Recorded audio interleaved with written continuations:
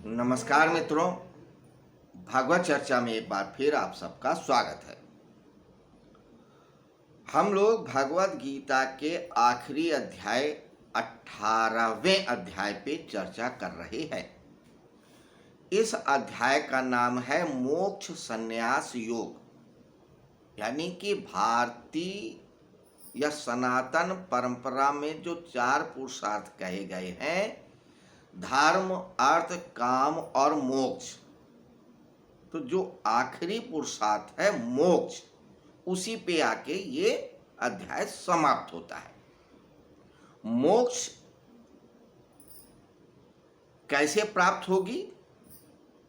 वो संन्यास के द्वारा प्राप्त होगी। संन्यास का अर्थ है गिव अप कर देना, छोड़ देना। लेकिन छोड़ने का अध्यात्म से क्या मतलब है, या आध्यात्मिक अर्थों में संन्यास का क्या मतलब है, ये भगवान श्री कृष्ण बता रहे हैं इस अध्याय में। और इसी चीज को क्लियर करने के लिए अर्जुन ने प्रश्न किया कि भगवान, त्याग और संन्यास में क्या अंतर है? क्योंकि लोग गिव अप कर देना, छोड़ देने को ही महत्वपूर्ण समझते हैं, अच्छा समझते हैं, ठीक समझते हैं।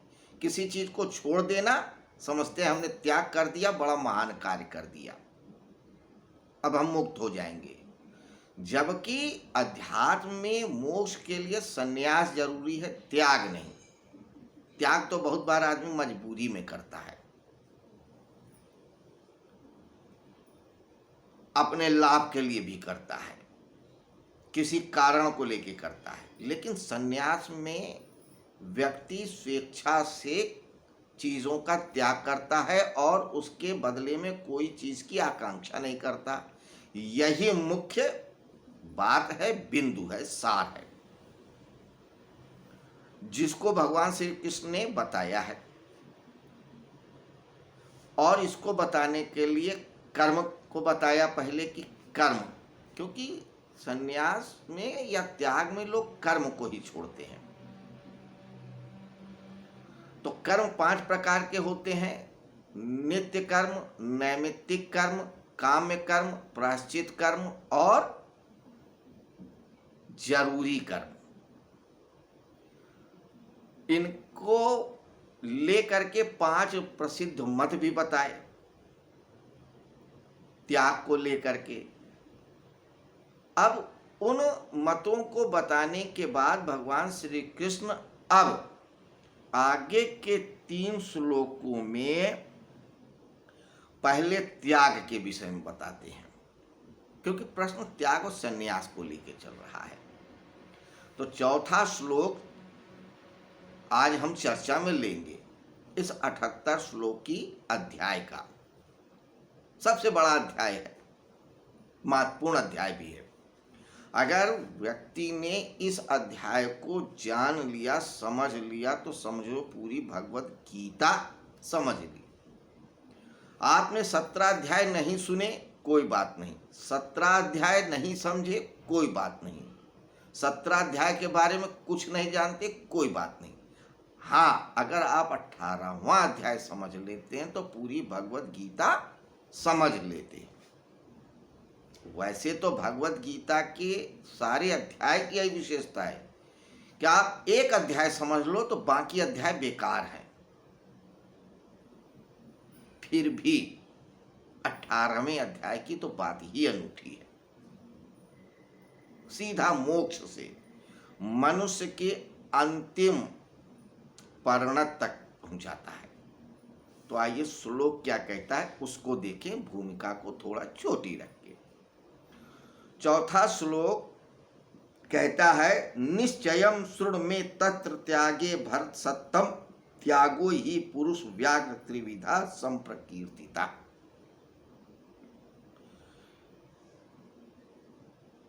एक श्लोक में भगवान श्री कृष्ण के लिए 3 संबोधन का उपयोग किया था।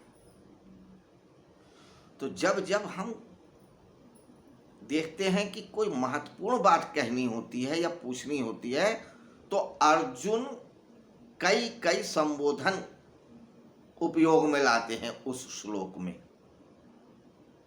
जैसे पहले श्लोक में भी कई संबोधन लाए, महाबाहो लाए, मधुसूदन लाए, केसनी सूदन लाए, ऋषिकेश लाए। अब ये भी एक महत्वपूर्ण श्लोक है जिसके लिए भगवान श्री कृष्ण दो संबोधनों की बात करते हैं। एक कहते हैं भरत सत्तम और दूसरा पुरुष व्याघ्र। पुरुष व्याघ्र का अर्थ यहाँ पे है जो पुरुषों में श्रेष्ठ है। व्याघ्र मतलब चीता, जो जानवरों में बहुत फुर्तीला होता है, चौकन्ना होता है, ताकतवर होता है। तो अर्जुन के लिए कहते हैं कि वो फुर्तीले भी हैं, चौकन्ने भी हैं और ताकतवर भी हैं, ताकि उनका मनोबल बढ़े। अर्जुन का मनोबल बहुत डाउन हो गया था सेनाओं को सामने देख के, इसीलिए वो कह रहे हैं। और दूसरा कहते हैं भरत सत्तम, भरतवंशियों में श्रेष्ठ अर्जुन। क्यों कह रहे हैं? दो दो संबोधन कि भगवान श्री कृष्ण का उद्देश्य ही यही है कि अर्जुन का जो मनोबल गिर गया है वो ऊपर उठे।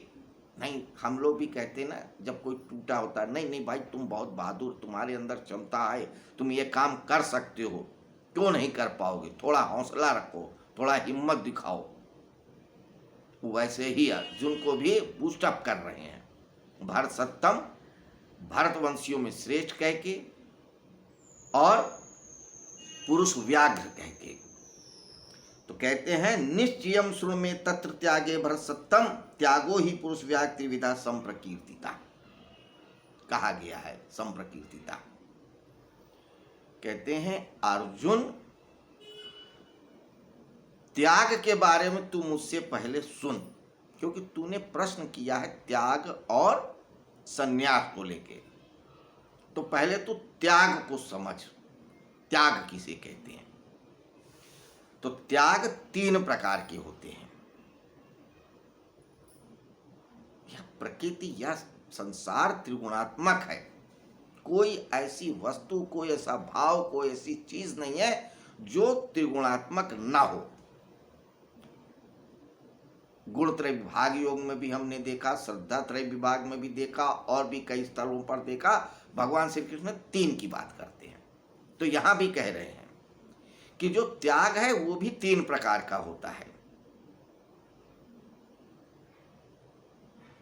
अब वो कौन कौन से प्रकार के होते हैं त्याग, उनका क्या फल होता है, इसको हम अगले श्लोक में देखेंगे, यानी कि कल।